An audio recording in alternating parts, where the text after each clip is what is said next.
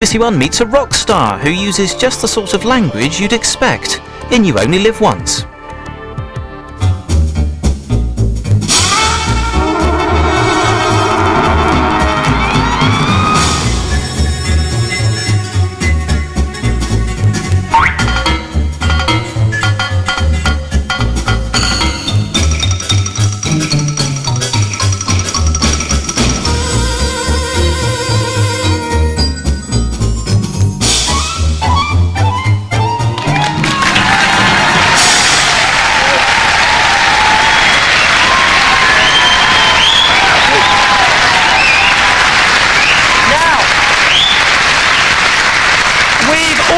Made mistakes in our lives, like Bill Clinton refusing to drop Monica off at the dry cleaners, or like happening to be in Brooklyn when your dozy mum and dad conceived you. But what if all the dodgy moments from your whole life came back to haunt you all at the same time in a single TV programme?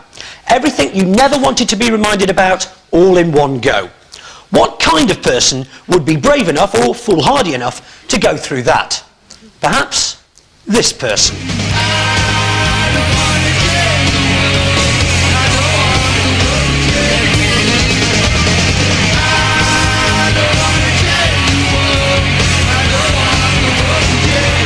Will you welcome heavy metal's biggest star, Ozzy Osbourne?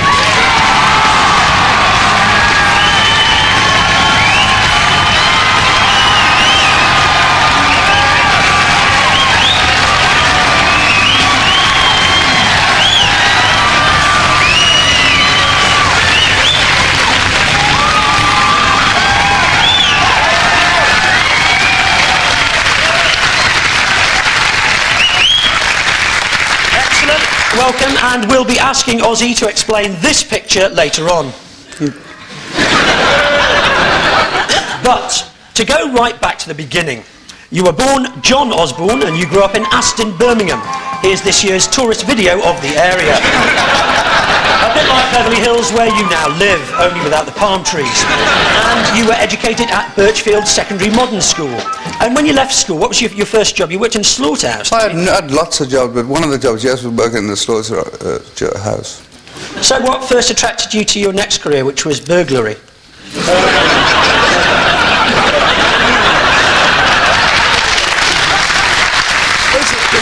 Did you? A natural progression, really. Yeah, it is really. Slaughterhouse burglary, yeah. But I wasn't very successful. I was not one of the great train robbers. I had these stupid gloves with the fingers cut out, you know. So that's very, very poor move. I'm sure there must have got an Irish in me somewhere. Yeah. And eventually you got caught and... Oh, yeah, I spent a little spell in Her Royal Majesty's accommodation. Where was it, Winston Green? Yeah. But like all those stories they say, you know, about slipping in the showers and that sort of thing. I never took a shower for 6 weeks. No. And obviously you didn't say to anyone, oh, I'm a Brum boy, just to get it. But didn't you get into tattoos? Oh, yeah, to pass the time away when you're in a cell, you've got to find something to do. So I got all lonely and I tattooed my knees. Could you see them? Two little smiley faces. Now, in 1967, you put an ad in a local paper seeking musicians to form a band, and one of them was a local bass player called Geezer Butler, and you went round to his house, and it was his brother who opened the door. Let's just hear what he has to say. He came in, he says, there's something at the door that wants to see you. And I, what do you mean, something? And he says, well, go and have a look. And when I went out to the front door, and there was a skinhead with this like big long gown on. His dad worked at Lucas's, the car factory, and he used to wear these big brown gowns.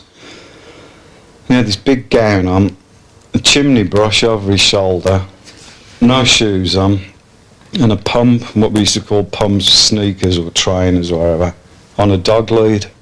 He went, hello, Ozzy. A shoe on the end of a dog lead? Well, I always wanted a dog, but I couldn't afford one.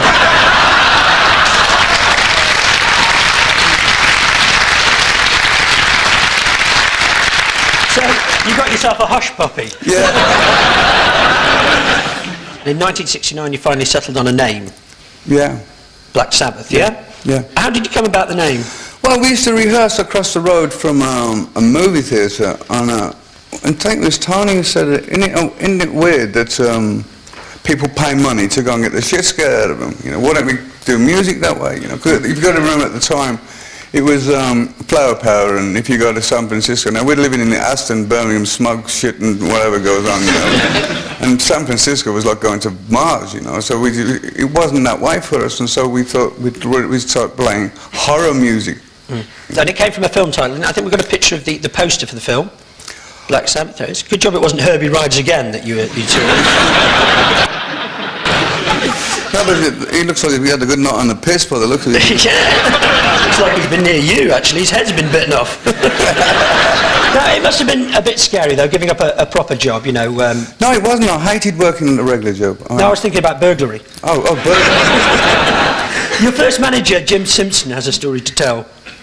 He came to me one day without the others. They tend to travel mob-handed generally, but one day he came to me on his own, quite upset, tearful, and suddenly realised, he woke up that day and realised, or thought he'd realised, he couldn't sing. Now, he said, the other guys, it's easy. He said, they can display their guitar technique, they can show the bass runs, they can do their fast rolls on the snare drum, they can show they can play. I can't sing. I don't know what I'm singing, I don't know what notes I'm singing. And he suddenly lost all his confidence. So we spent all day playing records, started off with Jimmy Rushing and playing all those old blues shouters who got that same full-throated, honest roar from the belly that Ozzy always had. And he slowly came around to believing that he could do it. And you left the meeting in higher spirits than you'd arrived in. And in fact, on your way home, you became a bit of a good Samaritan. Outside the pub, he'd seen two guys beating up on a third. And Ozzy, as always a man to whom fair play is important, waded in, and he's quite handy with his fists, and he laid out these two guys who were attacking the third, which was all very well until it transpired that the two guys who were doing the attacking were plainclothes police officers. That's why he was arrested.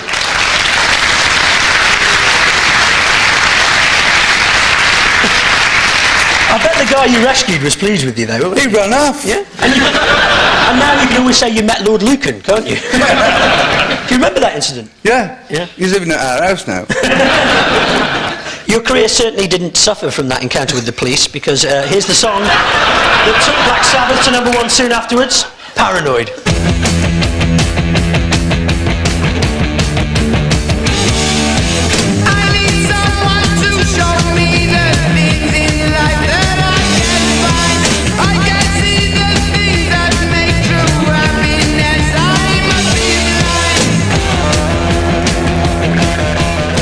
It's a fantastic set you've got there with all the things moving in the background. Have you had many epileptic fans? No, actually, Bill Ward was epileptic. Was he? Yeah, that's why he used to play like that. So you topped the charts with Paranoid, you sold 4 million copies, and then you sold 1 million copies of the album Sabbath, Bloody Sabbath, but you weren't the most punctual of rock stars. Here's Noddy Holder. On one of Black Sabbath's early tours of America, Ozzy went missing for about 3 days, and the band or none of the tour manager or anybody knew where he'd got to. He just disappeared off the face of the earth. So they're all hanging around in this hotel in Los Angeles. And suddenly one morning they looked out the window of the hotel, and the big lawns in front of the hotel.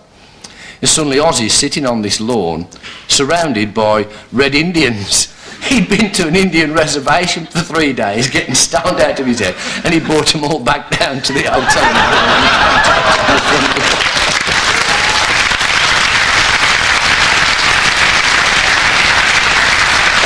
I have no recollection. No recollection at all of that. I mean, that wasn't daily occurrence. What, you go out and come back with a load of Indians? No. I used to have a few drinks, and then it went from there, you know. I'd probably, you know... Well, you have a few drinks, you always pop out for an Indian, don't you?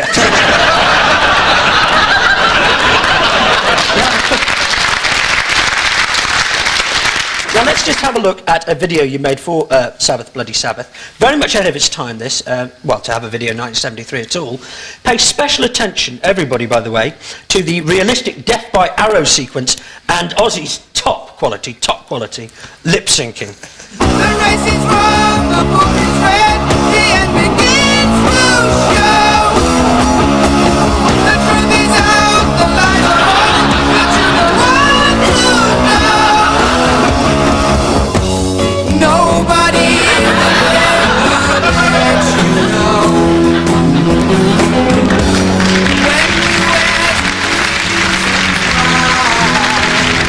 Now there's a good reason why you shouldn't take drugs now. Yeah.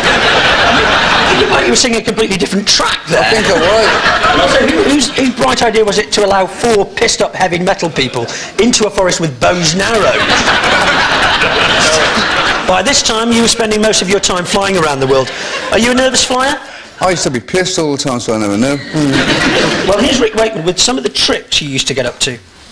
If you've got somebody who's asleep on the plane, you can have great fun. For example, if you take the fingers and you take like a warm cup and you put some like warm water and you dip the fingers in the warm water while they're asleep, there is a 90% chance they will wee themselves. This is great fun to watch the huge patches arrive and then watch them when they wake up. I have tried this and it does work.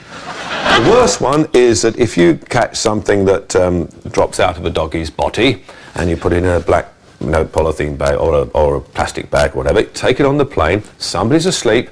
If you take the doggy's doodah and put it on their fingers like that while they're asleep and then just tickle their nose or whatever, you can do this with cream or anything, right? And then tickle their nose and they will automatically go like that.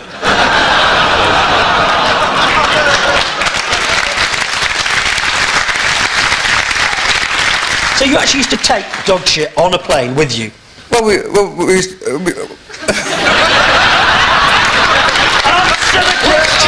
I used to say to my mum, I'm going on tour, we got a bag of dog shit, son. I've got packed your dog shit, son, you'll have a good time, you know. It's like the idea of a guy waking up going... and then looking in the overhead locker to see if there's a dog. Now, Black Sabbath tours are obviously pretty wild. Bored Tommy Vance once had to interview you in your hotel room in Florida after a particularly heavy night. You don't know what this is doing to me. Oh, I think we do. Here's Tommy Vance, anyway. So I banged on the door, and he opened the door with a bathrobe on, but exposing his bits to the wind on the Florida beat. And said, "Hello, Oz, how you doing? All right, mate? Yeah, fine." And went up, and he went straight back to bed, just left me standing in the door. So I said, well, from Radio 1 again, I've got to interview again, right? He said, "Okay, well, get in bed then." So I got in bed with him. So it's him and I in bed in this hotel room in Tampa in Florida. And I'm got the microphone, the little tape recorder, interviewing him like this, and suddenly I see, sort of strategically placed around the room, bottles of Johnson's baby oil. And suddenly I looked at the sheets and they were just impregnated with Johnson's baby oil. Well, I tell you what, I've got to tell you the truth about it. It wasn't baby oil that was in the bed. They actually packed and pissed the bed during the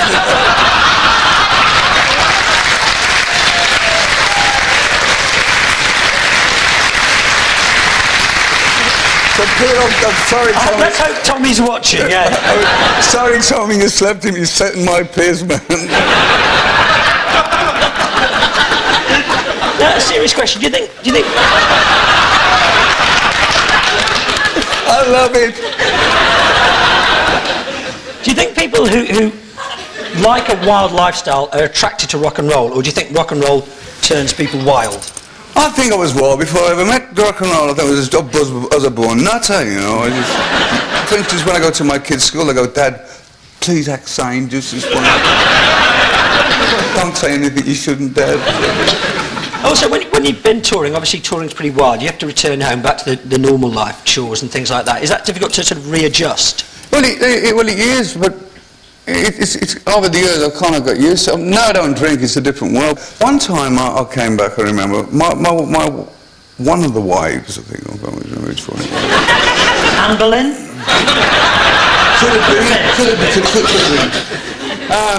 Decided to sort of bring me down to earth. And she'd bought this chicken coop, which is a bad idea. And she said, "Well," I said, "what do you got these damn chickens for?" She said, "Well, I thought we'd kind of get back to earth and you get up in the morning and because you get jet lag and you can feed the chickens."